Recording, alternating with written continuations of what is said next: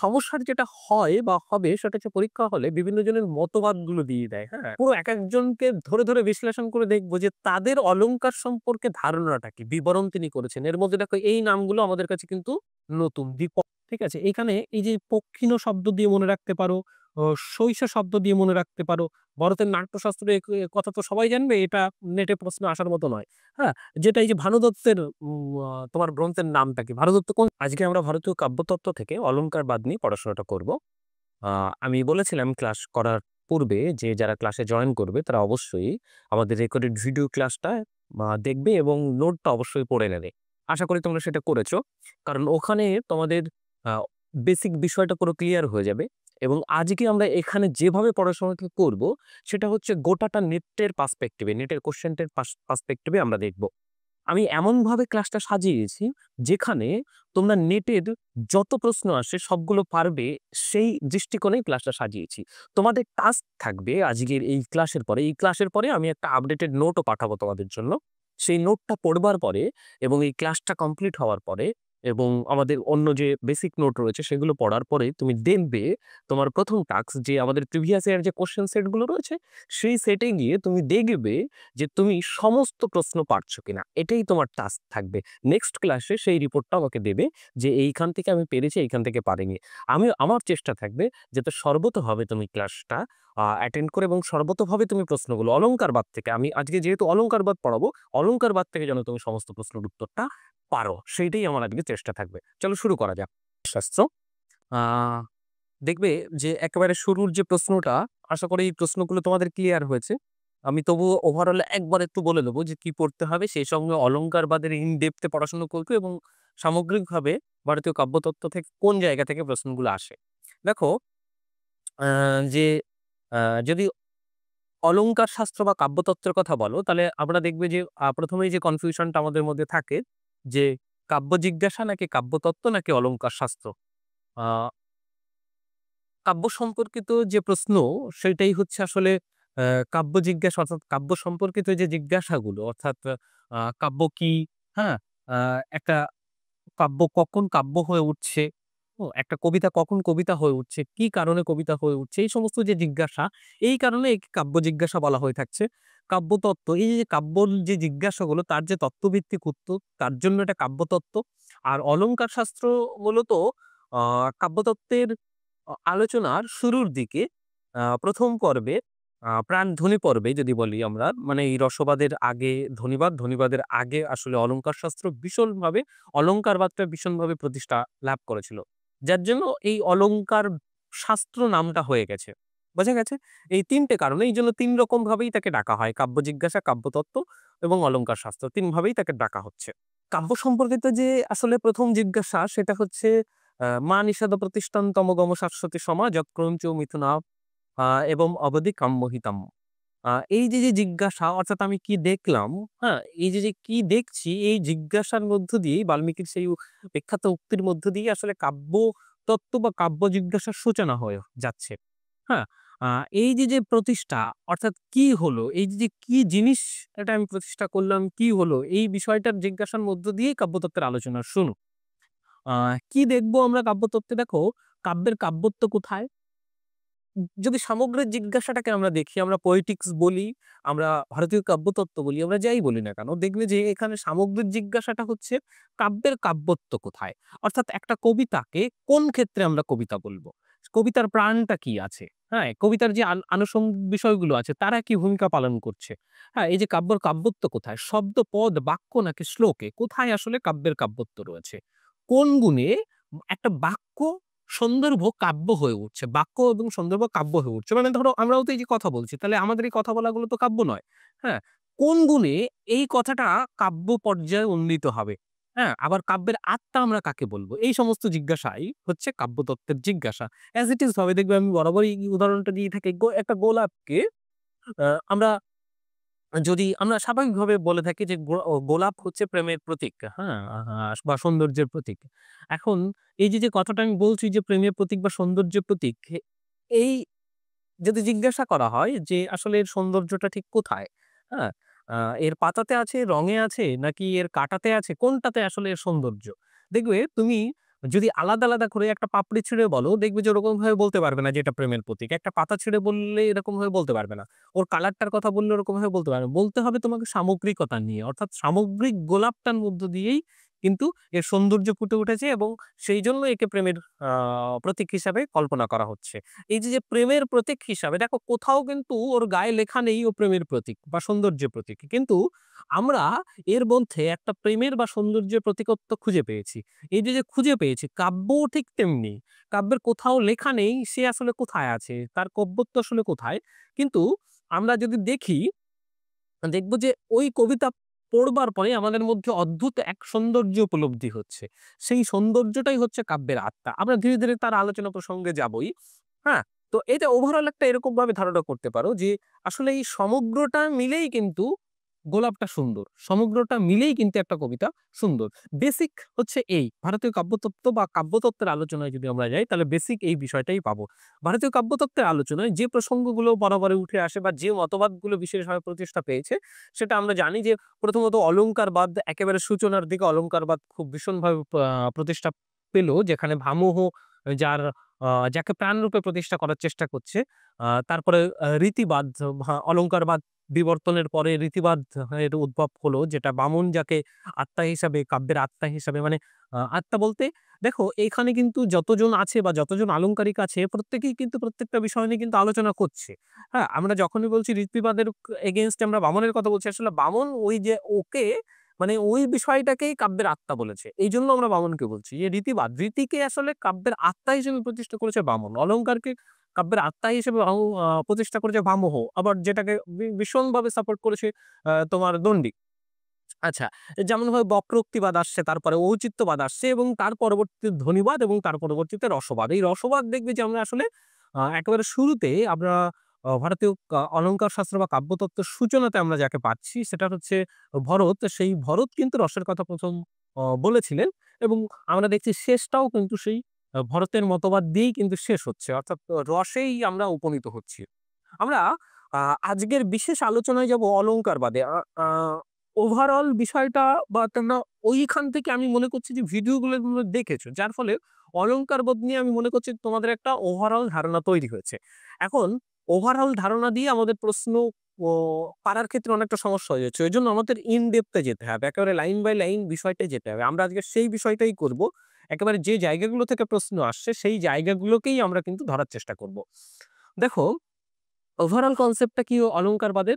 আ অলংকার একটা শব্দালংকার, অর্থ অলংকার, হ্যাঁ? আ বেসিক্যালি যে ব্যাপারটা দাঁড়াচ্ছে সেটা হচ্ছে শোভা বর্ধনকারী বা সজ্জা, হ্যাঁ? কেউ তাকে বাইরের সজ্জা বলছে, কেউ অভ্যন্তরীণ সজ্জা বলছে। মানব শরীর যেমন বা একটা নারী দেহ যেমন বিভিন্ন অলংকারে ভূষিত হয়, হওয়ার ফলে তাকে সুন্দর দেখায়, তেমনি কাব্য বিভিন্ন অলংকারে ভূষিত হয়।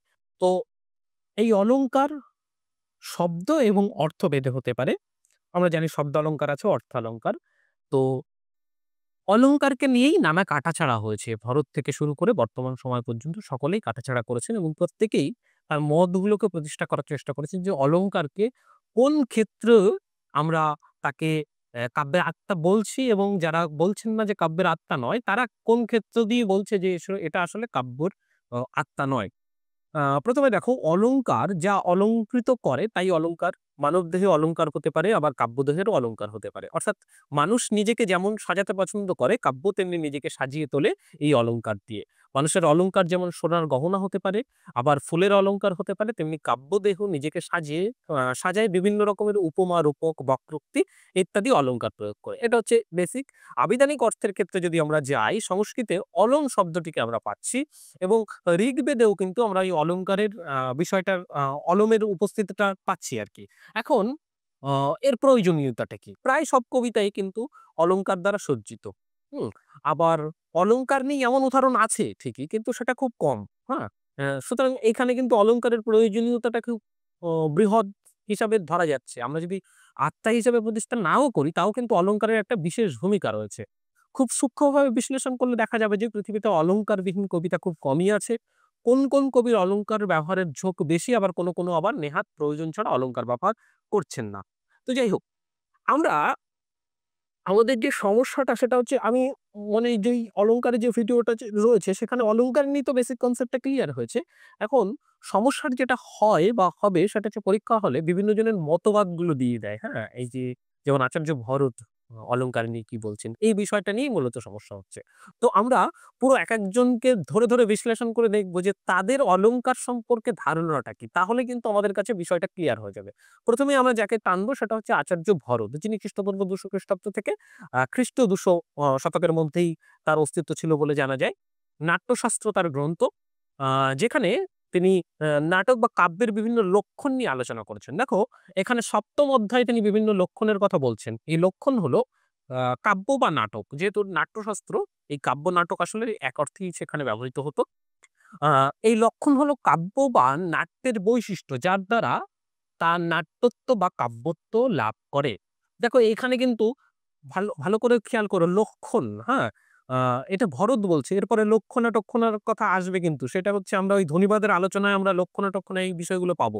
তো এখানে দেখো ভরত কি বলছে? ভরত কিন্তু লক্ষণা-টক্ষণা নয়। ভরত বলছে লক্ষণ। বিভিন্ন লক্ষণের কথা তিনি বলছেন। কি লক্ষণ? অর্থাৎ যে লক্ষণ বা যে বৈশিষ্ট্য একটা কবিতাকে কবিতা করে তোলে, একটা নাটককে নাটক করে তোলে। ঠিক আছে? সেই বিষয়, সেই লক্ষণগুলো নিয়েই কিন্তু তিনি আলোচনা করছেন। তার এ সম্বন্ধে আলোচনা থেকে মনে হয় তিনি কাব্যের অলংকারের চেয়ে লক্ষণগুলোকেই বেশি গুরুত্ব দিয়েছেন। অর্থাৎ কাব্যের অলংকারের চেয়ে তিনি লক্ষণের উপরে বেশি আস্থাশীল ছিলেন। তার মতে অলংকারগুলো কাব্যদেহের বাইরের জিনিস। কিন্তু লক্ষণগুলি হচ্ছে অন্তরের। দেখো বাইরের জিনিস এবং অন্তরের জিনিস। দেখো বেসিক্যালি ব্যাপারটা হচ্ছে যে আ আমরা দেখবে যে যখন আ কোনো পরিচিত বা অপরিচিত মানুষের সঙ্গে ধরে নাও অপরিচিত একজন মানুষকে দেখে ভালো লেগেছে তোমার। আ কি দেখে ভালো লাগলো তোমার? বাইরের সজ্জা দেখে তোমার ভালো লাগলো। তুমি কথা বললে দেখলে তোমার কথা বলতে ভালো লাগছে না। হ্যাঁ? আবার তুমি দেখলে যে কাউকে বাইরে থেকে ঠিক দেখতে ভালো লাগছে না। কিন্তু তার সঙ্গে কথা বলার পরে দেখলে তুমি বাহ! বেশ সুন্দর লাগছে। তাকে বেশ মনে ধরেছে। এই যে বিষয়টা, এই যে দেখো বাইরের যে জিনিসটা অর্থাৎ তুমি একটা কানের পড়ছো, হাতের পড়ছো, নাকের পড়ছো এইগুলোকে কিন্তু তুমি খুলে ফেলতে পারছো। কিন্তু অভ্যন্তরীণ যে লক্ষণ তোমার, অভ্যন্তরীণ যে বৈশিষ্ট্য যেটাকেই আসলে যে দৃষ্টিটাকেই আসলে অলংকারের দিকে তুলনা করতে চেয়েছেন। অলংকারের দিকে মানে ওইটাকেই আসলে অলংকারের দিকে তিনি ঝুঁকতে চেয়েছেন যে ওটাকে অলংকার তিনি মানে অভ্যন্তরীণ সৌন্দর্যকে তিনি অলংকার হিসাবে ব্যাখ্যা করতে চাচ্ছেন। বোঝা গেছে? তো এইখানে দেখো সেই লক্ষণগুলো আসলে অন্তরের। সেগুলো কিন্তু দেখো সরানো যাবে না। ঐজন্য তিনি দেখো বলছেন কাব্যের হলো অন্তরের সৌন্দর্য সাধনকারী উপাদান। এই লক্ষণ কি? অন্তরের সৌন্দর্য সাধনকারী উপাদান। যদিও তা কাব্যের শরীরকে অবলম্বন করে থাকে। অলংকার ও কাব্যের শোভা বাড়িয়ে দেয়। কিন্তু তা লক্ষণের মতো স্বতন্ত্র ও অপৃথক সিদ্ধ নয়। দেখো অলংকারের ভূমিকা কিন্তু তিনি অস্বীকার করছেন না। দেখো কি বলছে? অলংকারকে তিনি বাইরের কথা বলছেন যে বাইরের শরীরে। কারণ কি আমরা ওই অনেক ক্ষেত্রে ব্যাপারটা এরকমও হয় যে উম বাইরে থেকেও সুন্দর, অভ্যন্তরেও সুন্দর। দুটো মিলে হলো কবিতা। এরকম হতে পারে। অর্থাৎ তুমি বাইরের সৌন্দর্যকে ছেঁটে ফেলতে পারো। অর্থাৎ এই ক্ষেত্রে দেখো অলংকারকে তুমি সরিয়ে দিতে পারো। কিন্তু ভিতরের লক্ষণকে তুমি সরাতে পারছো না। ঐজন্য দেখো অলংকারকে অপৃথক সিদ্ধ নয়। মানে পৃথক করা যায় না এমন নয়। অলংকারকে কিন্তু পৃথক করা যায়। কিন্তু লক্ষণ অপৃথক সিদ্ধ। তাহলে লক্ষণ হচ্ছে অপৃথক সিদ্ধ, অলংকার কিন্তু অপৃথক সিদ্ধ নয়। অর্থাৎ তাকে আলাদা করা যায়। বোঝা গেছে? এইটা হচ্ছে এই দুটোকে তিনি বলছেন। আবার এই লক্ষণ কিসের উপর গড়ে উঠছে?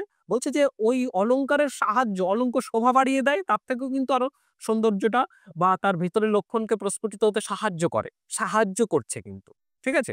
মনে রেখো ব্যাপারটা। তোমাদের ক্লিয়ার না হলে না আমাকে প্রশ্ন করবে। সেটাতে আরো বেশি ভালো হবে। ঠিক আছে? যেখানে মনে হবে যে না এই জায়গাটা একটু অসুবিধা হচ্ছে সেই জায়গাটাই দাঁড় করাবে আমাকে। আচ্ছা, প্রকৃতপক্ষে এই ২ এর পার্থক্যের কথাই ভরত বলছেন। ঠিক আছে? এই দেখো দুটো পার্থক্য। অলংকারের মতো তাকে কাব্যশরীর থেকে পৃথক করা যায় না। কাকে? লক্ষণকে। প্রকৃতপক্ষে এই ২ এর পার্থক্যের কথা। তার গ্রন্থে তার সময়ে প্রচলিত ৪ টি কাব্য অলংকারের কথা তিনি বলছেন। কটা? ৪ টি কাব্য অলংকারের কথা তিনি বলেছেন। এগুলো হলো কি? উপমা, রূপক, দীপক এবং যমক। উপমা, রূপক, দীপক এবং যমক এই ৪ টি কাব্য অলংকারের কথা তিনি বলছেন ভরত। এর মধ্যে উপমাকে আবার তিনি ৪ টি উপবিভাগে ভাগ করছেন এবং আরেকটা জায়গায় তিনি উপমাকে ৫ টি বিভাগে ভাগ করছেন। প্রসন্ন উপমা, নিন্দ উপমা, কল্পিত উপমা, সদৃশ উপমা এবং কিঞ্চিৎ সদৃশী উপমা। ঠিক আছে? তাহলে একটা দিকে তিনি উপমাকে ৪টি উপবিভাগে ভাগ করছেন। সেটা কিসের ভিত্তিতে?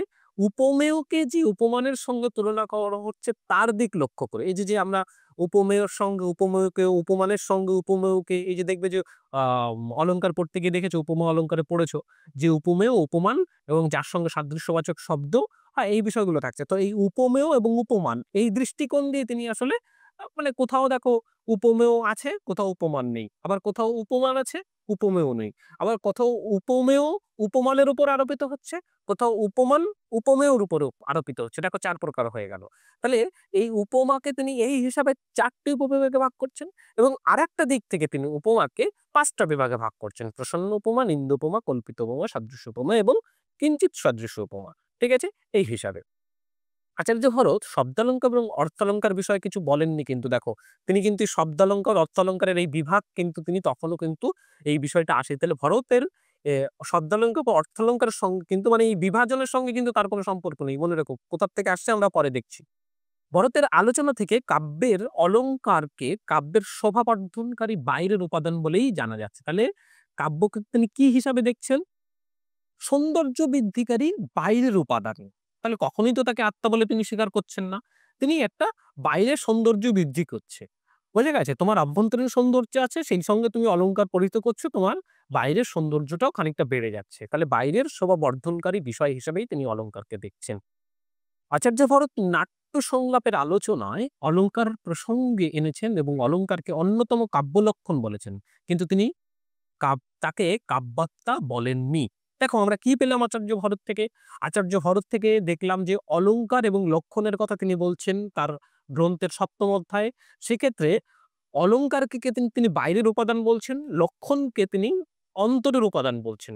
লক্ষণকে তিনি অপৃথক সিদ্ধ অ বলছেন, আর অলংকারকে তিনি অপৃথক সিদ্ধ নয় হিসাবেই বলছেন। তিনি অলংকারকে, কাব্য অলংকারকে ৪ টি ভাগে ভাগ করলেন এবং উপমাকে তিনি ২ রকমভাবে বিভাজন করলেন। ১ম তার উপমেয় এবং উপমানের পার্সপেক্টিভে তিনি ৪ প্রকারে ভাগ করলেন এবং অন্য রকম বিভাগে তিনি ৫ রকম বিভাগ করলেন। বোঝা গেছে? শব্দ অলংকার এবং অর্থ অলংকারের তিনি আলাদা কোনো শ্রেণী করেননি এবং এই বিষয়ে কোনো কথা তিনি বলেননি। এবং অবশ্যই তিনি শোভাবর্ধনকারী বাইরের উপাদান হিসেবে অলংকারকে দেখলেন, তাকে কাব্য আত্মা হিসেবে প্রতিষ্ঠা দিলেন না। এ পর্যন্ত ক্লিয়ার? আচার্য ভরতের মতবাদগুলো ক্লিয়ার? হ্যাঁ স্যার।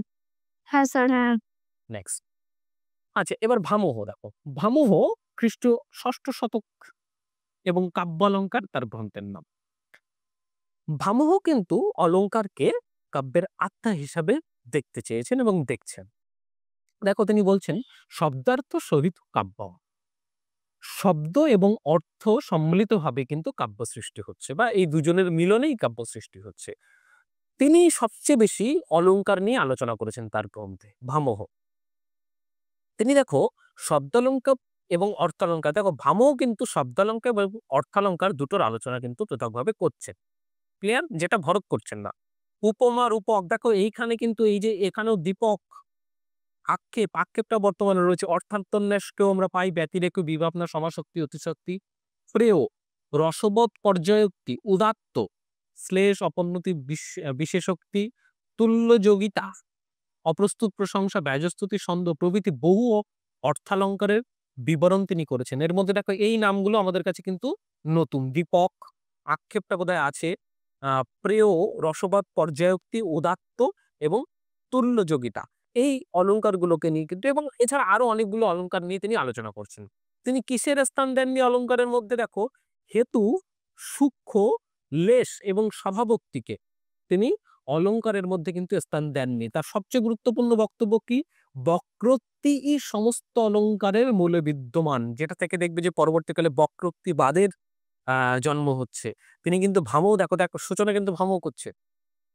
তিনি এই কথা বলছেন যে বক্রোক্তি সমস্ত অলংকারের মূলে বিদ্যমান। তিনি মানতেন যে এই যে সমস্ত অলংকারগুলো সেটা আসলে না বলার এক মানে প্রকাশের এক বিশেষ ভঙ্গি। অর্থাৎ আমরা যখন ব্যজস্তুতি করছি, সেই ব্যজস্তুতি আসলে প্রকাশের এক ভঙ্গি। তুমি বক্রোক্তি অলংকারকে বর্তমানে যদি দেখো যে আমরা বক্রোক্তি অলংকারগুলো বলার ভঙ্গিমার মধ্য দিয়ে কিন্তু এই বক্রোক্তি ফুটে ওঠে। তা না হলে কিন্তু ফুটে ওঠে না। হ্যাঁ? আ ব কতগুলো বলো কাকু বক্রোক্তি, শ্লেষ বক্রোক্তি তুমি যদি পড়ো দেখবে যে আসলে বলার ভঙ্গিমার মধ্য দিয়ে। তো ভামহ মনে করছেন যে সমস্ত অলংকারের মধ্যেই কিন্তু এই বক্রোক্তির একটা অস্তিত্ব রয়েছে। ঠিক আছে? বক্রোক্তি শব্দের ব্যাখ্যা তিনি দেননি। বক্রোক্তি শব্দের ব্যাখ্যা তিনি দিচ্ছেন না। তবে তার আলোচনায় আ আলোচনার ধরন থেকে মনে করা চলে যে তিনি বক্রোক্তিকে বলার বা প্রকাশের একটি ভঙ্গি মনে করেছেন। বলার বা প্রকাশের একটি ভঙ্গি মনে করেছেন। বিভিন্ন অলংকারের এই বক্রোক্তি বিভিন্ন বৈচিত্র্য লাভ করে তিনি নিজেই বলেছেন। হ্যাঁ? "সৈষা সর্বৈবর বক্রোক্তির নয়ার্থ বিভাব্যতে।" দেখো এইটার মানে যেটা সেটা হচ্ছে অর্থাৎ এই মানেগুলো কিন্তু দেখে রাখবে যে পুরোপুরি মনে থাকবে না। তোমরা এই আ সংকেত দেখে মনে রাখতে পারো। দেখো এই মানেটা যদি আমরা দেখি যে সূর্য অস্ত গেছে, চাঁদ উঠেছে, পাখিরা উড়ছে। এমন বাক্যে কাব্যত্ব নেই। উনি আসলে বলছে যে সাধারণ এই কথা তো সাধারণভাবেই বলা যায়। তো এখানে কিন্তু কোনো কাব্যত্ব নেই। কারণ এগুলি বলা বা প্রকাশের ভঙ্গির কোনো বৈচিত্র্য নেই। বাক্যের ভঙ্গিতে যে অর্থ প্রকাশ তাই হলো কবিত্বের হেতু। অর্থাৎ দেখবে যে কবিরা এই কথাটা যে সূর্য অস্ত চলে গেছে, চাঁদ উঠেছে, হুম?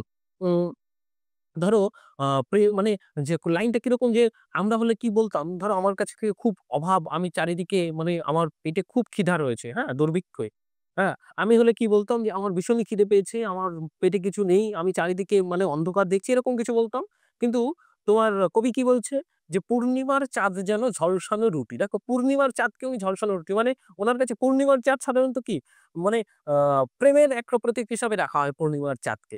তো সেইটার মধ্য দিয়ে ওই চাঁদের মধ্য দিয়ে তিনি আসলে রুটি কল্পনা করছেন, রুটিকে দেখছেন। অর্থাৎ তিনি চারিদিকে যেন তার মানে ভেতরে এতটাই ক্ষুধা রয়েছে যিনি ওই সৌন্দর্যের মধ্যে সৌন্দর্যও তার কাছে আর প্রাধান্য পাচ্ছে না। সেখানে আ তোমার ক্ষুধাটাই প্রধান হয়ে উঠেছে। ঠিক আছে? এই যে এইখানে আ এই যে বলার ভাষাটা, এই যে আমি একরকম ভাবে বলতাম, কবি আরেক রকম ভাবে বলত। আবার এই যে দেখো সূর্য অস্ত গেছে, চাঁদ উঠেছে, পাখিরা উড়েছে। কবি যেভাবে বলছে তুমি ভেবে ভেবে দেখো তো, তাহলে কবির এই যে প্রকাশভঙ্গি আর আমাদের এই যে প্রকাশভঙ্গি এই দুটোর ডিফারেন্স অর্থাৎ এই যে প্রকাশভঙ্গির যে পার্থক্য, এই যে বৈচিত্র্য, ভামহ কিন্তু এইটাকেই কবিত্বের হেতু হিসাবে বিবেচনা করতে চাইছে। বুঝতে পারলাম? আচ্ছা। ঠিক আছে? এখানে এই যে পক্ষিনো শব্দ দিয়ে মনে রাখতে পারো, ও সইসা শব্দ দিয়ে মনে রাখতে পারো। ঠিক আছে? আ প্রচ্ছতেক্ষ শব্দ দিয়ে মনে রাখতে পারো। এরকম করে শব্দ দিয়ে তোমরা একটু এগুলো শ্লোকগুলোকে মোটামুটি আ চোখে দেখলে যেন ধরা পড়ে এইরকমভাবে কারণ এটা তো তোমাকে হুবহু মুখস্থ বলতে দেওয়া হচ্ছে না।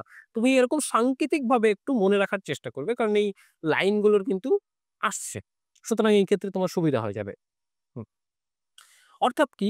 সু এটা বললাম দেখো। আচ্ছা এটা কি এইটুকু ক্লিয়ার হলো কি? আসলে ভামহ কি বলতে চাইছে ক্লিয়ার হচ্ছে? রয়েছে, রসিকতা রয়েছে। বেশ চলো।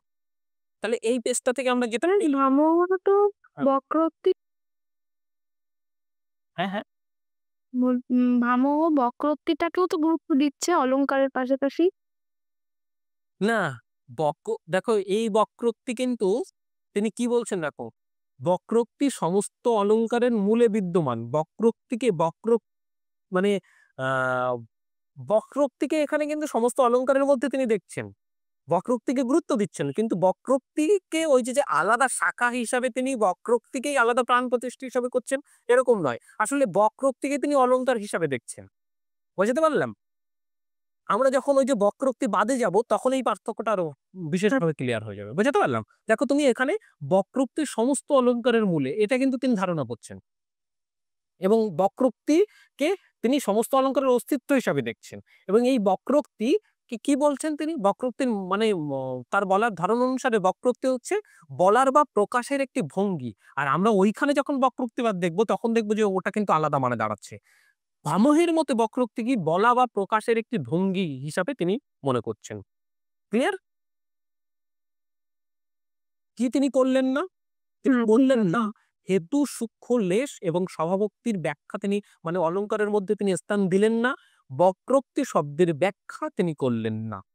তিনি বক্রোক্তিকে সমস্ত অলংকারের মূলে বিদ্যমান বললেন এবং এই বক্রোক্তি হলো প্রকাশের একটা ভঙ্গি যে প্রকাশই কবিত্বের হেতু বা একটা কাব্যের কারণ সেই হিসাবে তিনি বললেন। ভামহ দেখো আরো বলছে, ভামহ মনে করেন যে সমস্ত অলংকারেই বক্রোক্তি নানা প্রকার মাত্র।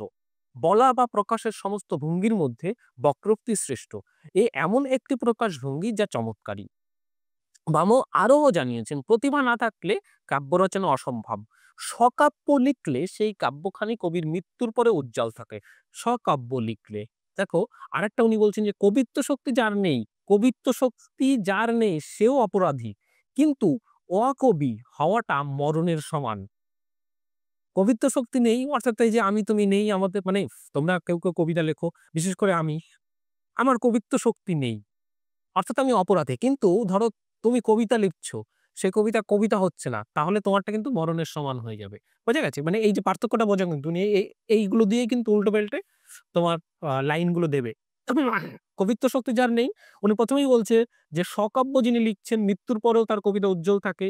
কবিত্ব শক্তি যার নেই সেও অপরাধী কিন্তু অকবি হওয়াটা মরণের সমান। এই প্রসঙ্গে তিনি বলছেন, স্ত্রীলোকের মুখে যেমন অলংকার না হলে শোভা পায় না, কাব্যেও তেমনি বিনা অলংকারে সুন্দর হয়ে ওঠে না। অতিশয়োক্তি নিয়ে দেখো অতিশয়োক্তি নিয়েও কিন্তু ওনার মত রয়েছে। অতিশয়োক্তি নিয়ে অনেকেই কথা বলেছে। সব কথাগুলোই আমরা একটু দেখব।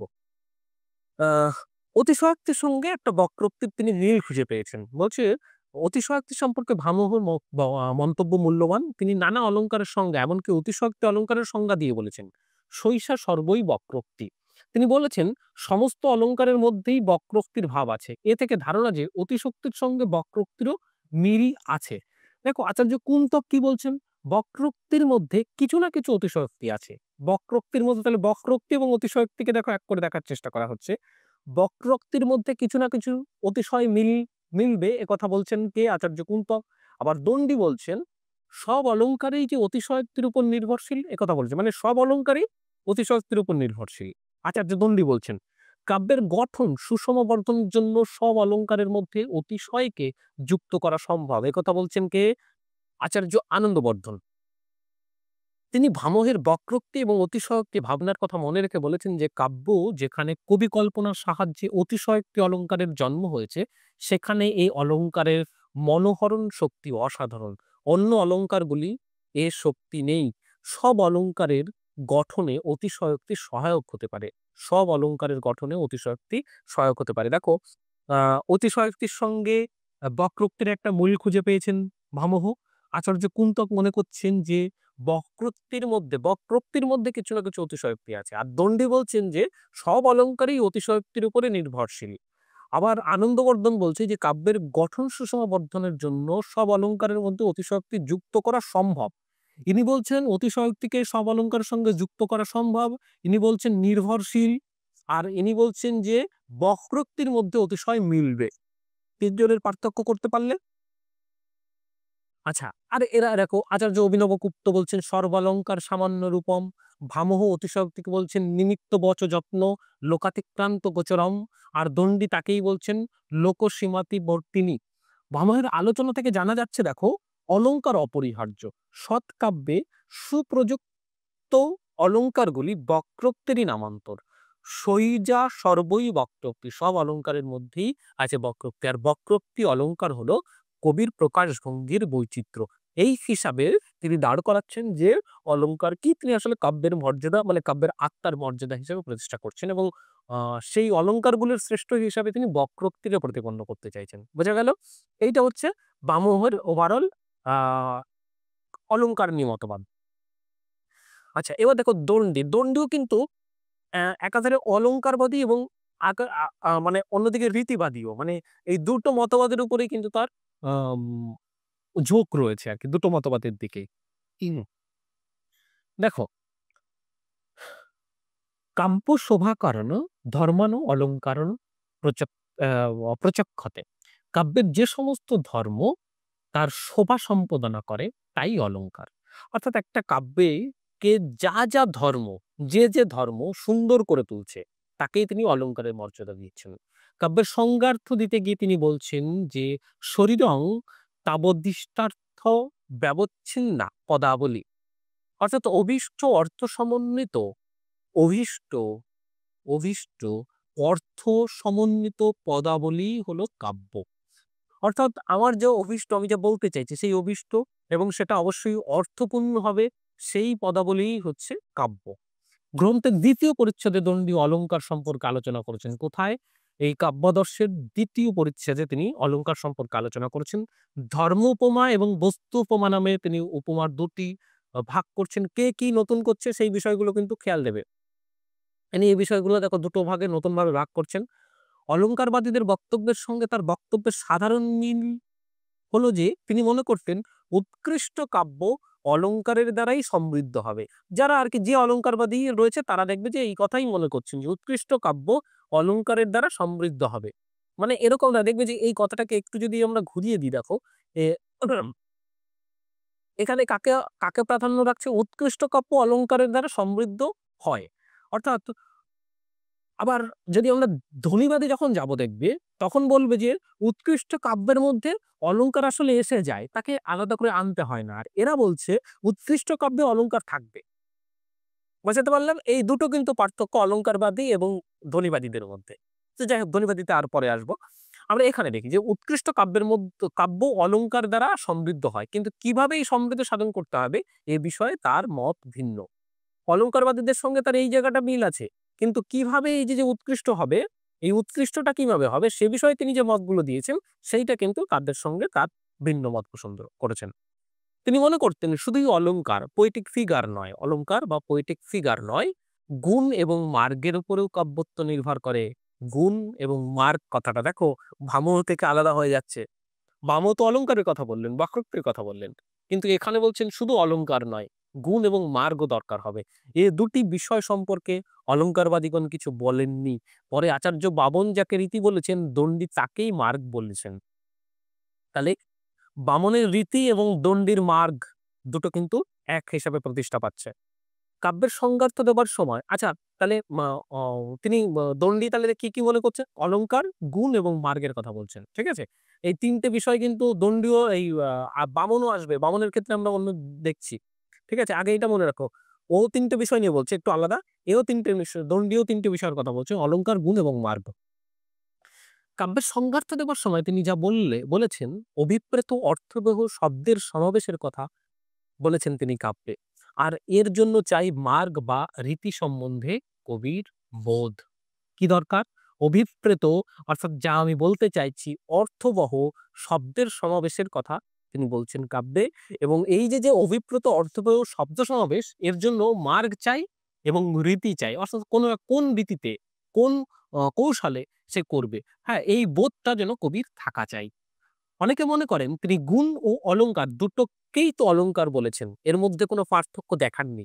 কিন্তু গভীরভাবে লক্ষ্য করলে দেখা যায় এ দুইয়ের মধ্যে ভেদের সম্বন্ধে তিনি সচেতন ছিলেন। আসলে গুণ বলতে তিনি ভাষার কাব্যিক উৎকর্ষ মনে করতেন এবং এই ভাষারই উপাদান, তা ভালো বা মন্দ যাই হোক না কেন, তাই অলংকার। অর্থাৎ গুণ এবং অলংকারকে দেখো এখানে, একটা হচ্ছে ভাষার কাব্যিক উৎকর্ষ, আর একটা হচ্ছে ও অলংকার। এই দুটোকে দেখো এইখান থেকে আলাদা আলাদা করলো। একটা অলংকারের মধ্যে যখন তুমি কাব্যিক উৎকর্ষ প্রতিপন্ন হচ্ছে তখন সেটা গুণে প্রতিষ্ঠা পাচ্ছে, কিন্তু এইখানে কিন্তু তিনি গুণের সঙ্গে অলংকারকে আলাদাভাবে প্রতিষ্ঠা করতে পারছেন।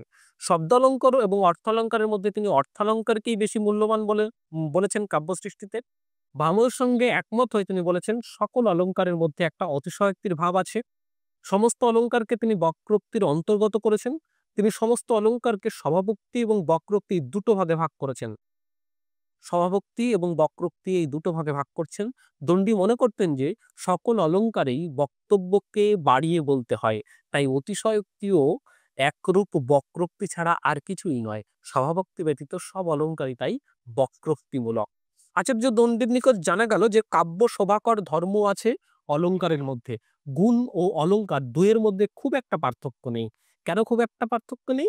আবার যদি আমি একবার বলি, সেটা হচ্ছে যে যেকোনো অলংকার, সেই অলংকারটা যখন উৎকৃষ্ট কাব্যিক ভাষা প্রয়োগ হচ্ছে সেটাকে তিনি গুণ হিসাবে মানে গুণ হিসাবে বলতে চাইছেন। হ্যাঁ? অর্থাৎ এই যে সূক্ষ্ম পার্থক্য তিনি বিদ্যমান করলেন। তবে ওভারঅল বিষয়টাকে মানে খুব বেশি পার্থক্য তাদের মধ্যে তিনি দেখালেন না। হুম?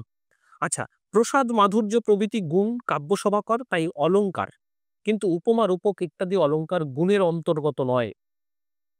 দেখো, প্রসাদ, মাধুর্য প্রভৃতি গুণ কাব্য শোভা করে, তাই অলংকার, তাই এগুলোকে কিন্তু উপমা, রূপক ইত্যাদি অলংকার গুণের অন্তর্গত নয়। ঠিক আছে? এইগুলোকে তিনি গুণ হিসাবে বলছেন না। সুতরাং এখানে কি উপমা এবং রূপককে তিনি কিন্তু গুণের অন্তর্গত করলেন না। এটা খেয়াল রেখো। তবে সব অলঙ্কার যে অতিশয়োক্তিমূলক এবং বক্রোক্তিমূলক, ভামহের এই মতেরই তিনি প্রতিধ্বনি করেছেন। এই মতটাকে ভামহ তো এই মতটা বলেছিলেন। এই মতটাকেই তিনি আসলে পুনরুক্তি করলেন। আচ্ছা, এবার আসি আমরা বামনে। স্যার বলছি এই যে নারকটা কি নারক ওটা কি জিনিস? এই যে এটা আমরা মার্গ বললাম, দণ্ডি। এই বামনের রীতি বুঝলি তো মার্গ বুঝে যাব। বামন যাকে রীতি বলছে, দণ্ডি তাকে মার্গ বলছে তো। এই বামনের রীতি বুঝলেই মার্গ বুঝে যাব। ঠিক আছে? দেখো এটাতেই বুঝে যাবে। আর সেটা কি? হ্যাঁ, দেখো বামন অষ্টম শতকের শেষ থেকে নবম শতকের কোনো এক সময় তিনি ছিলেন। কাব্যালঙ্কার সূত্রবৃত্তি তার গ্রন্থের নাম। তিনি বলছেন সৌন্দর্যম অলংকার। বামন অলংকার বলতে অনেক কিছু বোঝাতে চেয়েছেন। তিনি যে কোনো ধরনের সৌন্দর্যকে অলংকার হিসাবে অভিহিত করেছেন। সৌন্দর্য এবং অলংকার তার কাছে সমর্থক হয়ে উঠেছিল। অলংকার রীতিগুলো এ সবকিছুই তিনি অলংকার অর্থে ব্যবহার করেছেন। আলংকারিক বামনকে অলংকারের এক নতুন সংজ্ঞার্থ দিতে হলো। তিনি এই পর্যন্ত দেখো অনেক এ পর্যন্ত অলংকার সম্পর্কে মতবাদ করলেন এবং করে তিনি নতুন একটা অলংকারের সংজ্ঞা কিন্তু বের করলেন। তিনি জানালেন সৌন্দর্যই অলংকার। কিন্তু তিনি যমক, অনুপ্রাস, উপমা, রূপকাদি অলংকারকে পৃথকভাবে বিশেষ মূল্য দিতে চাইলেন না এই অলংকারগুলোকে। যমক, অনুপ্রাস, উপমা, রূপকাদি অলংকারকে এইগুলোই কিন্তু পরীক্ষায় খুব ভীষণভাবে আসে। তিনি কোন বামন কোন অলংকারকে বিশেষ মূল্য দিতে চাননি এই সৌন্দর্যম অলংকারের ক্ষেত্রে, সেক্ষেত্রে এই অলংকারগুলো আসবে। এগুলোকে কাব্যের অঙ্গীভূত লাবণ্য বা সৌন্দর্যও বললেন না। এগুলোকে নিয়ে তিনি এগুলো বললেন না। তিনি সূত্রালঙ্কার বৃত্তি গ্রন্থের ২য় অধ্যায়ে জোর গলায় ঘোষণা করলেন রীতির আত্মা কাব্যস্য। রীতি হলো কাব্যের আত্মা। তার মতে কাব্যের আছে নানা সৌন্দর্য, তার মধ্যে শ্রেষ্ঠ সৌন্দর্যই হলো রীতি। এই রীতিই হচ্ছে কাব্যের আত্মা। এরপরেই তিনি স্থান দিয়েছেন কাব্য শোভাকর গুণকে। গুণ কাব্য সভার মূল কারণ। এই রীতি দেখো এখানে একটু ক্লিয়ার করে নাও। রীতি হচ্ছে আমাদের যখন দেখবে রীতিবাদে আমি এটা বিশ্লেষণ করে দিয়েছিলাম। আহ বঙ্কিমী রীতি, রবীন্দ্র রীতি, হ্যাঁ, রাবীন্দ্রিক বৈশিষ্ট্য মানে একজন কবির তার প্রকাশভঙ্গির যে স্বতন্ত্রতা, অর্থাৎ আমি যেভাবে প্রকাশ করছি আরেকজন কবি সেইভাবে প্রকাশ করছেন না, দেখবে তার ভিন্নতা রয়েছে। এই যে প্রত্যেকটা কবির যে এই যে ভিন্নতা রূপ, ভিন্ন রূপকেই আসলে তিনি রীতি বলতে চেয়েছেন। প্রত্যেকের এই যে আলাদা আলাদা যে প্রকাশের প্যাটার্ন রয়েছে, এই প্যাটার্নকেই আসলে তিনি রীতি বলতে চেয়েছেন। বুঝা গেছে? এইটাই আসলে তার কাব্যত্ব বলতে চাইছেন তিনি। দেখো রীতির আত্মা কাব্যস্য। রীতিই হলো কাব্যের আত্মা। তার মধ্যে কাব্যের আছে নানা সৌন্দর্য, তার মধ্যে শ্রেষ্ঠ সৌন্দর্য হলো রীতি। এই রীতিই হলো অনেক সৌন্দর্যের কথা তিনি বলছেন। সেই সৌন্দর্যের মধ্যে শ্রেষ্ঠ হিসাবে তিনি রীতিকে স্থান দিয়েছেন। আর রীতির পরেই তিনি স্থান দিয়েছেন কাব্য শোভাকর গুণকে। গুণ কাব্য শোভার মূল কারণ। অলংকারগুলি তার শোভা বাড়িয়ে দেয় মাত্র। অতএব কাব্যগতার এই গুণগুলি নিত্য ধর্ম, আর অলংকারগুলি অনিত্য বা অস্থির ধর্ম। অর্থাৎ দেখো, প্রথমত তার একটা স্টাইল, সেই স্টাইলের পরে আসবে কি স্টাইলের অর্থাৎ গুণ আসবে। এই গুণটা কি? যে বিশেষ অর্থ, একটা শব্দ বা সেই অলংকার প্রয়োগ করে সেই অলংকারের মধ্যে যে একটা বিশেষ অর্থ, সেই অর্থটাকে তিনি এখানে গুণ হিসাবে প্রতিপন্ন করতে চেয়েছেন এবং তারপরে তিনি স্থান দিচ্ছেন অলংকারগুলোকে, যেটা অনিত্য বা অস্থির ধর্ম। রাস্যকর এবং বিশ্বনাথের মতো অলংকারিক যারা ধ্বনিকার এবং ধ্বনিবাদের পরে এসেছেন, তারাও অলংকারকে কটক কুণ্ডলে কুণ্ডলাদিবৎ মনেই বলেই মনে করতেন। অন্তত তাদের বক্তব্য থেকেই সে কথাই মনে হয়। কেন একথা বলা হচ্ছে আমরা একটু পরেই ধ্বনিবাদের আলোচনা প্রসঙ্গে গেলে আমরা বুঝতে পারবো যে আ অলংকারের আসলে মাধুর্যটা ঠিক কোন জায়গাটায়। এখনো কিন্তু অলংকারের মাধুর্য প্রস্ফুটিত হয়নি এই আলোচনাগুলোর মধ্য দিয়ে। আচ্ছা, কিন্তু বামন যে অলংকারের কথা বললেন তা অনুপ্রাসাদী শব্দালঙ্কার এবং উপমাদি অলঙ্কারের মধ্যেই সীমাবদ্ধ নয়। তিনি অলঙ্কারের এক প্রসারিত অর্থ করলেন সৌন্দর্য। কাব্যের যে কোনো রকমের সৌন্দর্যই তার মতে অলঙ্কার। অর্থাৎ দেখো এই বামন, অন্যান্যরা দেখো আমরা যদি ভামহতে যাই, দণ্ডিতে যাই, তারা কিন্তু শব্দালঙ্কার, অর্থালঙ্কার, অলঙ্কার বলতে এই বিষয়গুলোকেই কিন্তু তারা প্রতিপন্ন করতে চাইলেন। হ্যাঁ? বক্রোক্তিকে তার মধ্যে আনলেন, অতিশয়োক্তিকে আনলেন। কিন্তু বামনের স্বতন্ত্রতা কোথায়? তিনি যেটা করলেন এর মধ্যেই শুধু সীমাবদ্ধ রাখলেন না। তিনি যেকোনো কাব্যের যেকোনো সৌন্দর্যকে তিনি অলঙ্কারের পর্যায়ে নিয়ে গেলেন। অলঙ্কার হিসাবে ভূষিত করলেন। কাব্যের যেকোনো রকম সৌন্দর্যই তার মতে অলঙ্কার। তাই কাব্যের রীতি এবং গুণ যখন সৌন্দর্য, তখন তারাও অলঙ্কার। কাব্যের নানা সৌন্দর্যের মধ্যে রীতি শ্রেষ্ঠ বলে তিনি রীতিকে বললেন কাব্যের আত্মা। তার মতে কাব্য শোভার মূল কারণ গুণ, তাই রীতির পরে এই গুণের স্থান। আর গুণের ফলে যে শোভা তা আরো বেড়ে যায় প্রচলিত অলঙ্কারগুলির সাহায্যে। এদের স্থান প্রকৃতপক্ষে তাই তৃতীয়। বামনের আলোচনা থেকে অলঙ্কারের একটি ব্যাপক অর্থ পাওয়া গেল বটে, কিন্তু তিনি প্রচলিত অলঙ্কারগুলির শোভাবর্ধনকারিতা এবং অনিত্য ধর্মিতা ছাড়া আর কোনো লক্ষণ মিলল না। বরং জানা গেল যেখানে গুণ নেই, উপমাদি অলঙ্কার আছে, সেখানে কাব্যই নেই। আমরা দেখো বামন কিন্তু, ধরো একটা কাব্য, এই কাব্যের তো নানা বৈশিষ্ট্য আছে, রীতি আছে, অলঙ্কার আছে, শব্দ প্রয়োগ আছে, এই সমস্ত দিক আছে। এই সমস্ত দিক যা কিছু কাব্যের সুন্দর, সবকিছুকেই তিনি অলঙ্কার হিসেবে ঘোষিত করলেন। আর এই সব সুন্দরের মধ্যে শ্রেষ্ঠ সুন্দর হচ্ছে রীতি। তাই তিনি রীতিকে এই কাব্যের আত্মা বলতে চাইলেন। ক্লিয়ার বামনের বিষয়টা? বামন যত সৌন্দর্য আছে একটা কাব্যের, সব সৌন্দর্যকে অলঙ্কার বললেন। আর সেই শ্রেষ্ঠ সৌন্দর্যের মধ্যে রীতি হচ্ছে সর্বশ্রেষ্ঠ সৌন্দর্য। তাই রীতিকে তিনি কাব্যের আত্মা হিসেবে প্রতিষ্ঠা করলেন। আমরা কিন্তু এখানে রীতিবাদ পড়ছি না, আমরা কিন্তু অন্যান্য মতবাদ পড়ছি না। আমাদের টার্গেট কিন্তু এখানে অলঙ্কারবাদ। অলঙ্কার নিয়ে আসলে তার ভাবনাটা কি, আমরা কিন্তু সেইগুলোই এখানে দেখার চেষ্টা করছি। সেটা কিন্তু মাথায় রেখে গেল। নেক্সট, আচার্য কুন্তক। তোমরা বুঝতে পারছো তো? শব্দ টব্দ করো। চলো নেক্সট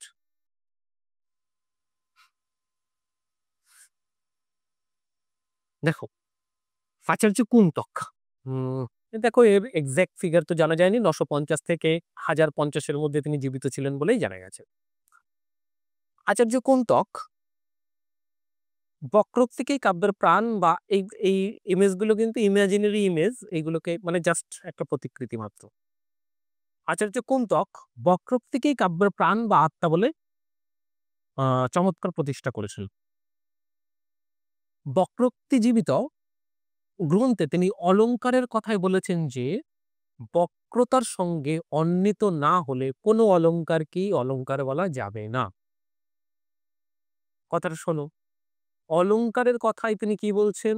বক্রতার সঙ্গে অন্বিত না হলে কোনো অলঙ্কারকেই তিনি অলঙ্কার বলতে চাননি। অর্থাৎ বক্রতাকে সমৃদ্ধ করবে, তার সঙ্গে যুক্ত হতে হবে, তখনই তাকে অলঙ্কার বলবেন, তা না হলে তাকে অলঙ্কার বলবেন না।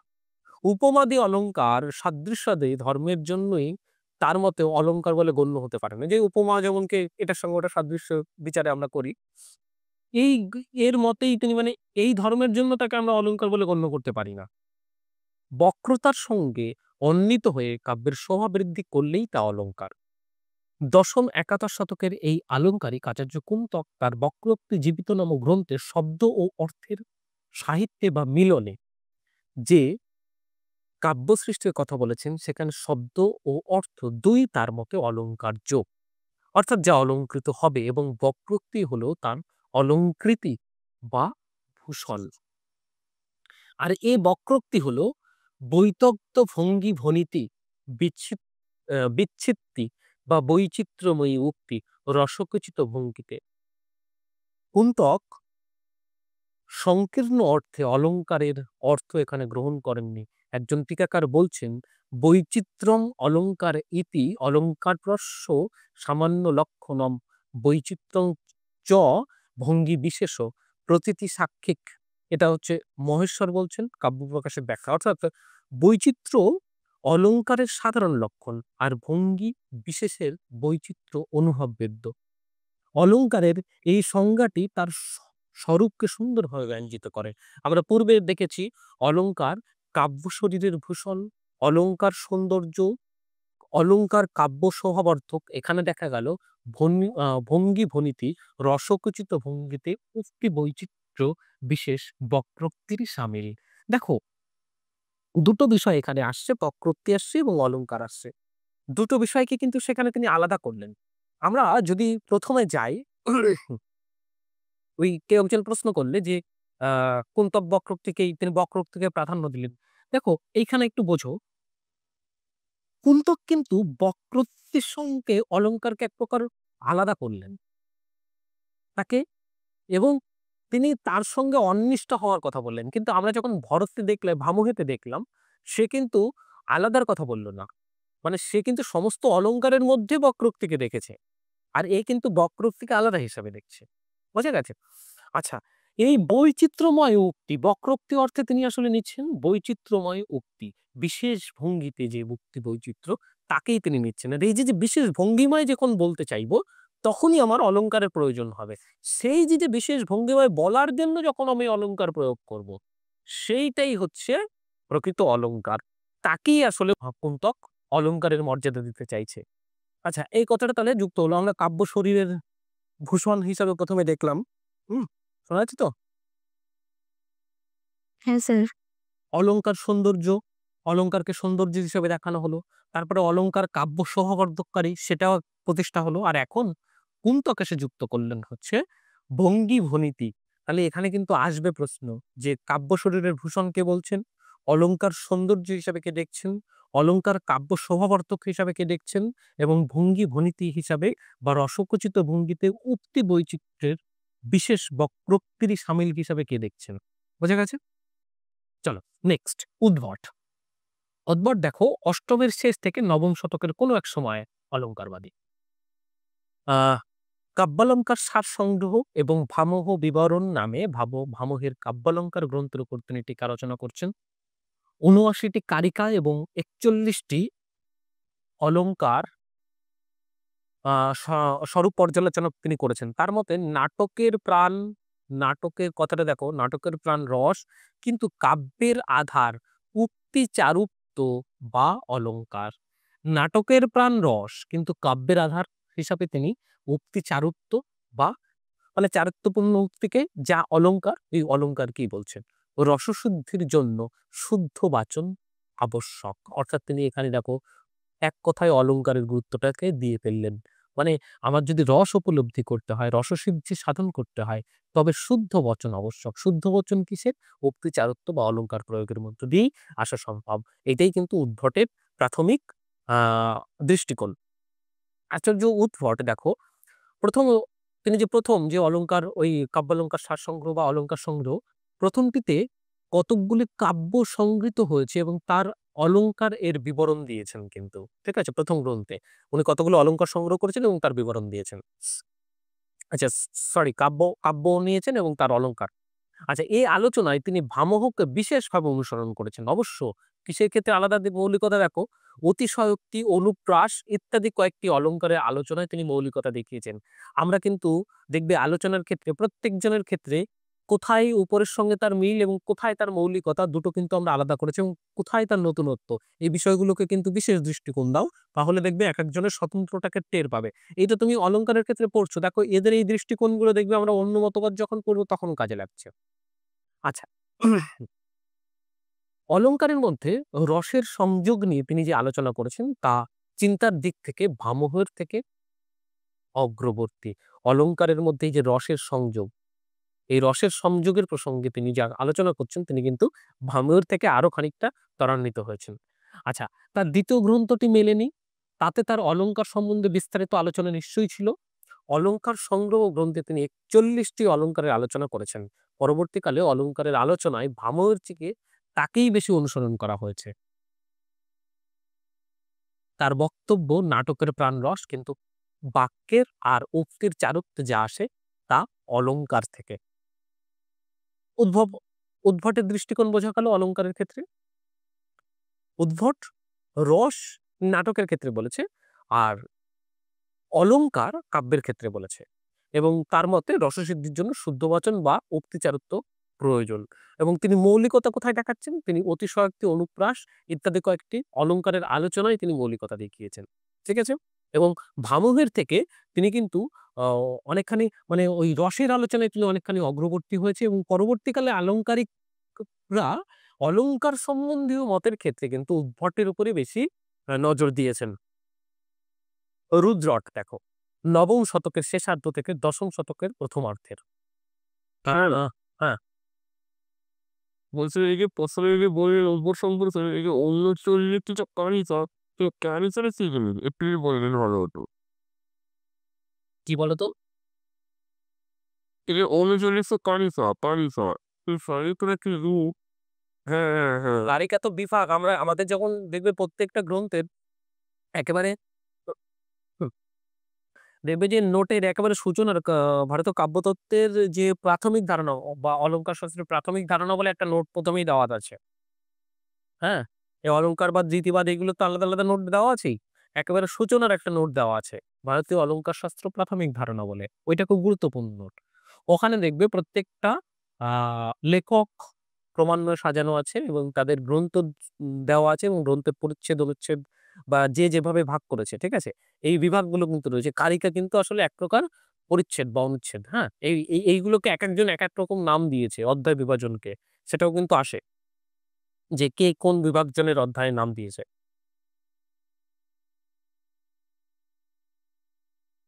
স্যার স্যার বলছিলাম আরেকটা জিনিস বলছিলাম যে আপনি যে মানে ওই যে লাইন ধরে যে বলে এসছেন, এই লাইন সেটা যেমন প্রশ্ন করে ডিরেক্টলি মানে বললে ভালো হতো। মানে সেখানে প্রত্যেকটা বলে আসছি। সে কি? আমি তো সেইগুলো বলেই তো আসছি। তোমরা কি কেউ বুঝতে পারোনি? আমি তো বলছি যে এই জায়গা থেকে লাইন আসছে। এইভাবে প্রশ্নটা আসছে। এক্ষুনি বললাম যে এরকম ভাবে প্রশ্নগুলো আসবে। আমি তো সব জায়গায় বলে আসছি। চলো আমি লাস্টেও একবার বলে দেব যে কোথা থেকে প্রশ্ন আসছে। চলো আলোচনা ভালো করে শোনো, দেখো টের পেয়ে যাবে। আচ্ছা, রুদ্রট দেখো, কাব্যালঙ্কারে তার গ্রন্থ ৭৩৪ টি শ্লোকে সমাপ্ত গ্রন্থটি। তিনি রসবাদ এবং অলংকারবাদ দুটো নিয়েই আলোচনা করেছেন। আচ্ছা, তবে প্রাধান্য দিয়েছেন অলংকারবাদকে। রুদ্রট হচ্ছে কাশ্মীরীয় আলংকারিক। তিনি লাটিও নামে ডাকো, তার উদ্ভাবন হচ্ছে এটা। লাটিও নামে নতুন কাব্যরীতির উদ্ভাবক হচ্ছেন এবং আরেকটা দেখো কাকু বক্রোক্তির অ অলংকারের জন্মদাতা তিনি এবং আরেকটা জিনিস দেখো শ্লেষ ও অলংকারকে তিনি ২ ভাগে ভাগ করেছেন, শব্দশ্লেষ এবং অর্থশ্লেষ। তাহলে রুদ্রট কিন্তু ৩ টে আমরা তার নতুন উদ্ভাবন পেলাম। লাটিও নামে তিনি কাব্যরীতির জন্ম দিচ্ছেন, কাকু বক্রোক্তি অলংকারের জন্মদাতা এবং শ্লেষ অলংকারকে ইনি ২ ভাগে ভাগ করছেন, শব্দশ্লেষ এবং অর্থশ্লেষ।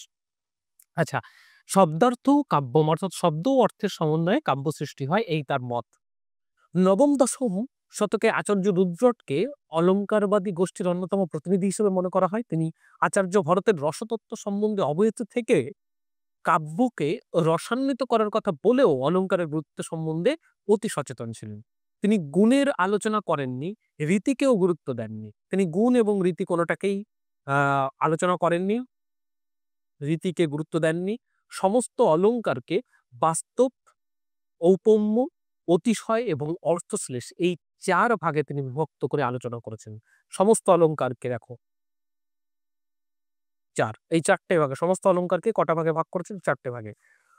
অলংকারের যত বিস্তৃত আলোচনাই তিনি করুন না কেন, একে কাব্যের আত্মা বলে কিন্তু নির্দেশ করেননি। দেখো রুদ্রট কিন্তু বরাবরই দেখো আমরা ১ম থেকেই দেখলাম যে তিনি অলংকারের প্রতি তার ঝোঁক রয়েছে কিন্তু তাকে কাব্যের আত্মা হিসেবে কিন্তু তিনি নির্দেশ করেননি।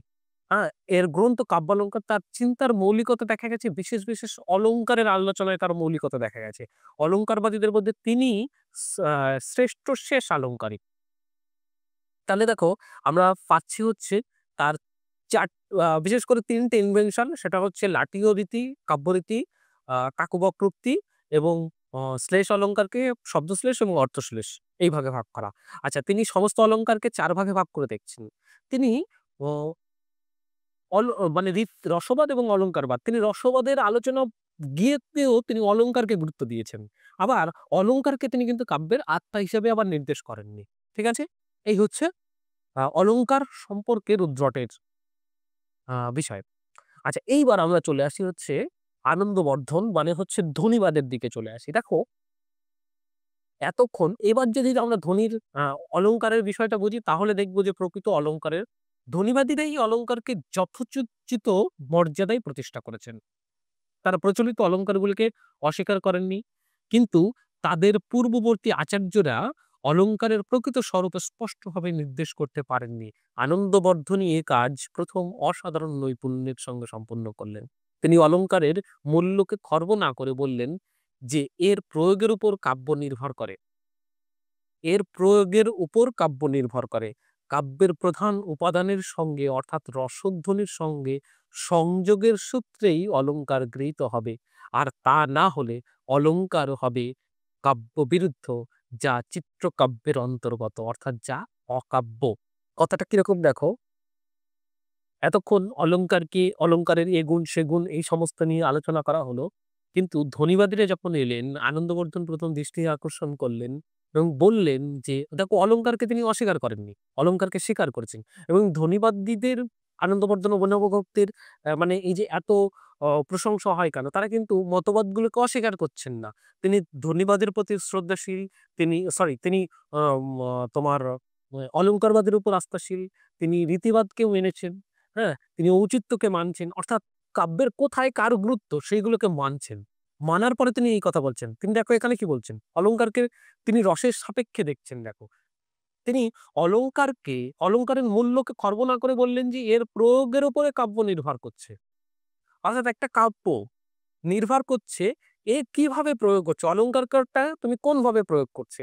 তোমার ইচ্ছা খুশি মতন তুমি অলংকার প্রয়োগ করছো, নাকি কাব্যে তোমার যে উদ্দেশ্য সেই উদ্দেশ্য সাধন করতে গিয়ে তোমার অলংকার প্রয়োগ করতে হচ্ছে। এইটা ডিপেন্ড করছে, এইখানে হচ্ছে অলংকারের ভূমিকা। বোঝা গেল? দেখো অলংকারকে তিনি অস্বীকার করলেন না, আবার অলংকারকে তিনি সর্বস্ব হিসেবে বললেন না, তিনি সহায়ক হিসেবে বললেন। কিন্তু ধ্বনিবাদীরা আহ মনে করেন রসধ্বনি হলো শ্রেষ্ঠ ধ্বনি। কিন্তু কখনো কখনো দেখা যায় বস্তু বা অলংকারও ধ্বনি পর্যায়ে উন্নীত হয়েছে। যেখানে অলংকার কাব্যের বহিরঙ্গের শোভা মাত্র, সেখানে মানে একমাত্র শুধুমাত্র মানে অলংকার প্রয়োগ হয়েছে কি বাইরের একবারে শোভা বাড়াতে হয়েছে। তুমি যদি দেখো ঈশ্বর গুপ্তের কবিতাগুলো দেখো, দেখবে শুধু অলংকার প্রয়োগ করতে হবে বলে করে দিয়েছে, কোনো মানে নেই কবিতার। ঠিক আছে, এই যে অলংকার মানে বহিরঙ্গের শোভা মাত্র, সেখানে বাচ্চালঙ্কার ছাড়া আর কিছুই নয়। অলংকারের কোনো গৌরব নেই, কাব্যে এই অলংকার কাঙ্ক্ষিত নয়। বোঝা গেছে?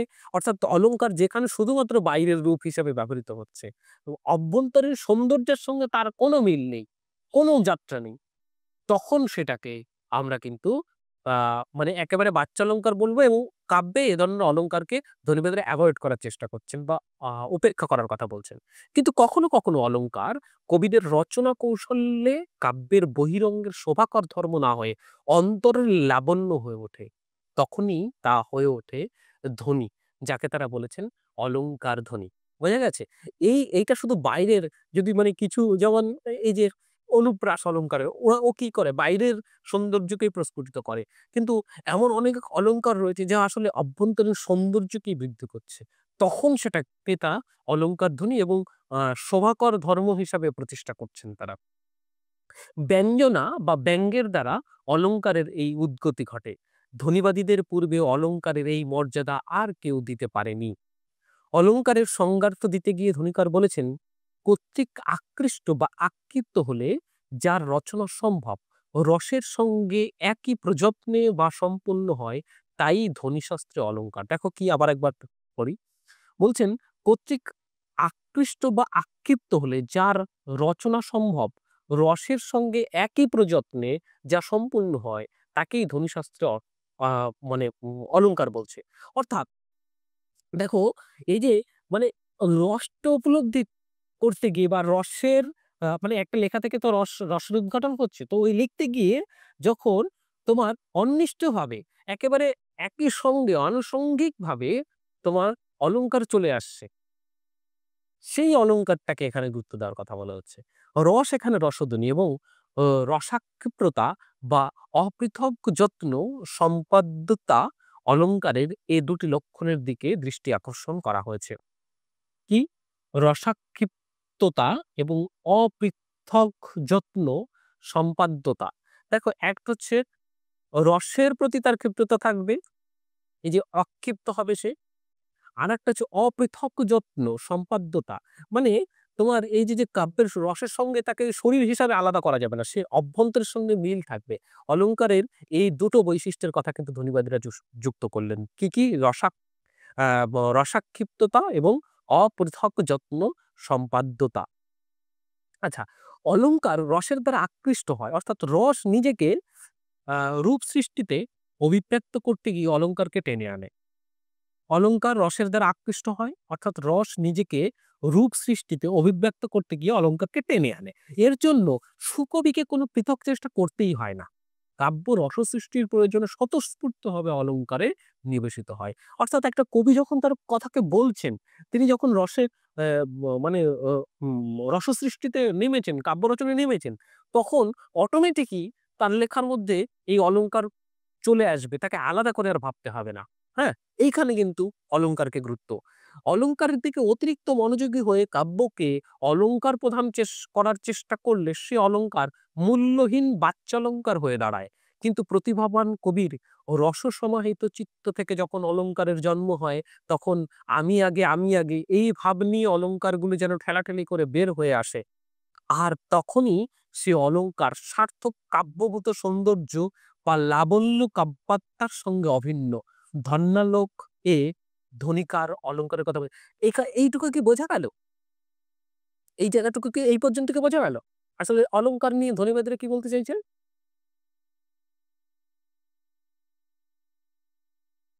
হ্যাঁ, তুমি বোঝা গেছে। আচ্ছা, বেশ। ধন্যালোকে ধনিকার অলংকারের কথাই বলছেন যে রসাক্ষিপ্ততয়া যস্য বন্ধ সক্কাক্রিয় ভবেৎ। দেখো, আর অপৃথক মানে এই যে এই কথাটাই আসলে যে অলংকার সার্থক কাব্যভূত সৌন্দর্য বা লাবণ্য কাব্যত্মার সঙ্গে অভিন্ন। ওরা আসলে এক অঙ্গ হিসাবে দেখতে চেয়েছে। ওই যে আলাদাভাবে তাকে আমি অলংকার সৃষ্টি করব বলে অলংকার করতে চাইছি, বা আমি মানে যেমন করে হয় আরকি ছন্দ, মানে আমরা যে দেখবে যে বর্তমানে তো কবির অভাব নেই। কবিরা দেখবে যে মানে আ যে কেউ এটাই আসলে ভাবা হচ্ছে যে ওই দুটো অন্তমিল চলে আসলো। তুমি যদি আধুনিক পপ সং বা এই আমাদের র‍্যাপ সং এর নামে যেগুলো শোনা হচ্ছে, তুমি দেখবে যে র‍্যাপ সং যেগুলো আমরা শুনছি, তুমি ভালো করে খেয়াল করবে। হ্যাঁ? এর শব্দগুলোকে খেয়াল করবে। দেখবে জাস্ট এরা অন্তমিলে চলছে। এরা শব্দের সঙ্গে শব্দের অন্ত মিলে যা একেবারে আমাদের কাব্যরসের ক্ষেত্রে তো মানে ধরাই হয় না সে অলংকারকে। অন্তমিল দিয়েই কিন্তু এরা চালাচ্ছে। এবং আর ছন্দের ক্ষেত্রে তোমরা দেখবে যে সবচেয়ে প্রচলিত ছন্দ ওই দ্রৌপদী ছন্দ, এই সরি দ্রৌপদী বলছি, এই আরে ১ম টার নামটা কি? মানে সবচেয়ে দ্রুত চলে ৪ মাত্রার ছন্দ, ওটার নামটা কি? দলবৃত্ত ছন্দ। দলবৃত্ত ছন্দের একেবারে ছোট, ছোট টানে। তুমি একটু যদি খেয়াল করো ভাষাগুলোকে বা শব্দগুলোকে, দেখবে তার মধ্য দিয়ে তুমি বৃহৎ কোনো সৌন্দর্যকে তুমি খুঁজে পাচ্ছে না। জীবনের অনেক কিছু, অনেক অভিজ্ঞতা একেবারে উপরি ভাবে যেন প্রয়োগ করে যাচ্ছে। তার মধ্যে না আছে কোনো সৌন্দর্যের কথা, না আছে কোনো ভেতরের মানে অন্তর্নিহিত কোনো সৌন্দর্যের অভিব্যক্তি। বুঝে গেছে? যাই হোক, তো ধ্বনিবাদীরা বলছে কাব্যে এরকম হবে না। আমার এই অলংকারের দিকে খেয়াল করতে হবে না। আমাকে ছন্দের দিকে খেয়াল করতে হবে না।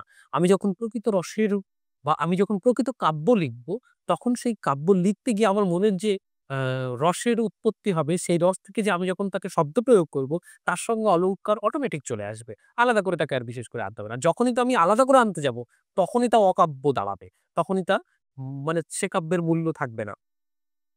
আনন্দবর্ধন বলেছেন যে রসাভিব্যক্তির ব্যাপারে অলংকারকে কাব্যের বহিরঙ্গ বলা চলে না। ন তেষাং বহিরঙ্গত্বং রসাবিভক্তৌ। ঠিক আছে? এটা বৃত্তিতে তিনি বলছেন। ঠিক আছে? ওই গ্রন্থেরই আরকি ধন্যালোক গ্রন্থের বৃত্তি। আচ্ছা, তাহলে আনন্দবর্ধন। আচ্ছা, ইটালিয়ান দার্শনিক বেনেদেত্তো ক্রোচেও তার প্রকাশ তত্ত্বের সঙ্গে অলংকারকে অভিন্ন করে নিয়ে বলেছেন যে যথার্থ কাব্য it is not ornament but a constituent element of expression indistinguishable from the whole. অর্থাৎ দেখো, মানে এটাকে আলাদা অস্তিত্ব হিসাবে একে দেখছেন না, যে আলাদা উপাদান হিসাবে দেখছেন না। এ বলছে যে এ একেবারে ভিতর থেকে এর এক্সপ্রেশন এর সঙ্গে অটোমেটিক চলে আসবে। একে আলাদা করে ভাবার কোনো দরকার নেই। ঠিক আছে?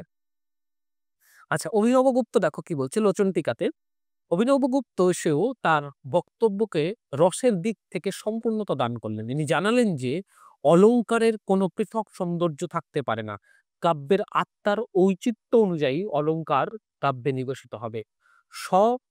সব শরীরে অলংকার যোজনার দ্বারা কিছুমাত্র সৌন্দর্য সাধন করা যায় না, কারণ সেখানে আত্মার অস্তিত্ব নেই। যদি শরীর অলংকার খণ্ডিত হলে দর্শকের কাছে হাস্যকর হয়ে ওঠে, কারণ সেখানে আত্মার ঔচিত্যই নেই। লোচনটিকাতে এই কথা তিনি বলছেন। কাব্যের আত্মা যেহেতু রস, সেই জন্য রসের সঙ্গে যুক্ত বা অনুকূল করে এবং ঔচিত্য রক্ষা করেই কাব্যের অলংকার যোজন করতে হবে। আনন্দবর্ধনও জানিয়েছেন, অলংকার রসের দ্বারা আকৃষ্ট হওয়া চাই এবং কবিদের একই প্রযত্ন সৃষ্টি হওয়া দরকার। ব্যঞ্জন বা ধ্বনির স্পর্শে অলংকারও ধ্বনিতে উন্নীত হয়। ব্যাস, আমাদের এই পর্যন্ত দেখো। এবং বর্তমানের প্রেক্ষিতে এসে আমরা যদি দেখি, মানে ভারতীয় অলংকার শাস্ত্রে সবচেয়ে বেশি যেটা আলোচিত টপিক সেটা বোধহয় এই অলংকারবাদ, হ্যাঁ, অলংকার শাস্ত্র। যত প্রাধান্য দেখো, সুতরাং ভারতীয় অলংকার শাস্ত্রে অলংকারের যত প্রাধান্যই থাক না কেন, ধ্বনিবাদিতের পরবর্তীকালে কোনো অলংকারই কি কাব্যের আত্মারূপে অলংকারকে সুপ্রতিষ্ঠিত করতে চাননি বা পারেননি। বর্তমান সময় পর্যন্ত এই মতবাদকে তবুও মানে দেখো আত্মা হিসেবে প্রতিষ্ঠা হয়নি। কিন্তু এই যে আমরা যদি ধ্বনিবাদের আলোচনায় দেখি, অলংকারকে কিন্তু সেখানে বিশেষ গুরুত্ব দেওয়া হলো। ধ্বনি হিসাবে বলা হয়নি, কিন্তু তাকে গুরুত্ব দেওয়া হয়েছে। ঠিক আছে? এবং আমরা জানি যে কালিদাস উপমা কালিদাসস্য, মানে বিখ্যাত উক্তি মহাকবি কালিদাস বলে গেছে। অর্থাৎ আ মানে কালিদাসের মতন বিখ্যাত কবি উপমা অলংকারকে তিনি অস্বীকার করতে পারছেন না। রবীন্দ্রনাথের মতন এত মানে বহু দিকে গুণান্বিত মানুষ, তিনিও কিন্তু অলংকারের কথাকে অস্বীকার করতে পারছেন না। তিনি রসকে গুরুত্ব দিয়েছেন, কিন্তু অলংকারকেও পাশাপাশি কিন্তু সমান গুরুত্ব দিয়েছেন। বুঝা গেছে? এইটা হচ্ছে আমাদের অলংকারের বিষয়। এখন সামগ্রিক যদি প্রশ্নের দিকে বিচার করো যে আমরা সামগ্রিক কাব্যতত্ত্বের আমাদের কি ধরনের প্রশ্ন আসে? দেখো, আহ আমাদের তো কতগুলো মতবাদ দেওয়া আছে। এই মতবাদকে কেন্দ্র করে দেখো বিভিন্ন আলংকারিকের মন্তব্য চাইবে। হুম? অথবা আ প্রশ্ন দিল যে নিচে কোন বক্তব্যটি কার? আমরা দেখলাম কিন্তু এইখানে দেখো, তোমরা এখানে পড়তে কনফিউশন হলে যে বক্রোক্তি নিয়ে বামহ যে কথা বলছে, বামন অলংকার নিয়ে যে কথা বলছে, সে কথাগুলো মনে হবে যেন মানে যে সেই মতবাদের প্রতিষ্ঠাতা সেই বলছে। ঠিক আছে? তো এই কনফিউশন গুলো এইভাবে দূর হয়ে যাবে। তো এইগুলোকে তোমাকে দূর করতে হবে যে কোন মতবাদ নিয়ে কে কি বলছে, কার কি ধারণা। আজকে অলংকার নিয়ে কার কি ধারণা তার অনেকগুলো ক্লিয়ার হয়েছে। নোটে আরেকটু বেশি থাকবে। আমি নোটটাকে আরো আপডেট করে দেব। হ্যাঁ? ওই নোটটা নিয়ে নেবে। হুম। সেই নোটটাতে দেখবে যে আরো বেশ কিছু অলংকারিকদের ধারণা মানে অলংকার সম্বন্ধে মতবাদগুলো রয়েছে। আচ্ছা, এই ধরনের মন্তব্যগুলো কিন্তু আসছে। গ্রন্থের নাম এবং রচয়িতার আবির্ভাব, এই গ্রন্থের নামগুলো বিভিন্নভাবে আসছে। মন্তব্য যুক্তির মধ্য দিয়ে আসছে। তোমার আ গ্রন্থের নামের ক্ষেত্রে দেখা যায় যে ওই উম আগে পরে দিয়ে এরকম হতে পারে, লেখক দিয়ে সামঞ্জস্য বিধান হতে পারে। এরকম নানানভাবে গ্রন্থের নাম এবং রচয়িতার আবির্ভাব কাল নিয়ে কিন্তু ক্রমণ আ নির্ণয়ের কিন্তু প্রশ্ন আসে। মতবাদ থেকে বোধমূলক প্রশ্ন, অর্থাৎ একেবারে সরাসরি লাইন না তুলে দিয়ে ওর বক্তব্যগুলো, অথবা সরাসরি লাইন তুলে দিয়েও কিন্তু প্রশ্ন আসছে। গ্রন্থ পরিচিতি, অধ্যায় এবং তার বিষয়। দেখো কোন অধ্যায়ে কি সে আলোচনা করছে এই বিষয়টাও কিন্তু আসছে। দেখবে ওই নোটগুলো দেখলে ক্লিয়ার হয়ে যাবে যে কোন অধ্যায়ে কি আলোচনা আছে। বইয়ের দাম, এই সমস্ত বিষয়গুলোর থেকেই কিন্তু মানে মূলত এই ৪ প্রকারের প্রশ্ন কিন্তু এখান থেকে আসছে। যেমন দেখো যে ভারতীয় নাট্যশাস্ত্র নিয়ে কি আলোচনা হয়েছে? এই বিষয়গুলো দেখো এরকম রয়েছে এরকম। ৩৬ টা অধ্যায় সমাপ্ত ভারতের গ্রন্থটি বিশ্বকোষ জাতীয়। ঠিক আছে? এরকম শুধু দেখবে এগুলো ওই নোটটাতেই এগুলো ওরকম করে রয়েছে। ঠিক আছে? তাহলে এটা দেখো গ্রন্থ সম্পর্কিত বিভিন্ন জিনিস জানা হলো। আবার দেখো ভামহের কাব্যালঙ্কার, এই যে পরিচ্ছেদ ওয়াইজ দেখো, প্রত্যেকটা পরিচ্ছেদে ১ম পরিচ্ছেদে কি আলোচনা করছেন, ২য় পরিচ্ছেদে কি আলোচনা করছেন, ৩য় পরিচ্ছেদে কি আলোচনা, এরকম পরিচ্ছেদ ওয়াইজ আলোচনাগুলো তোমাকে দেখতে হবে। আবার দেখো এই যে গ্রন্থের নাম এবং আবির্ভাব, অপ্রধান ক্যারেক্টার গুলোর নাম কিন্তু বিশেষভাবে তোমাকে মানে যেগুলো খুব পরিচিত নয়, হ্যাঁ? ভারতের নাট্যশাস্ত্রে কথা তো সবাই জানবে, এটা নেটে প্রশ্ন আসার মতো নয়। হ্যাঁ? যেটা এই যে ভানুদত্তের তোমার গ্রন্থের নামটা কি? ভানুদত্ত কোন সময় এসেছে? এইটা বরং আসার মতন, হ্যাঁ? রসতরঙ্গিনী বা রসমঞ্জরি, ঠিক আছে?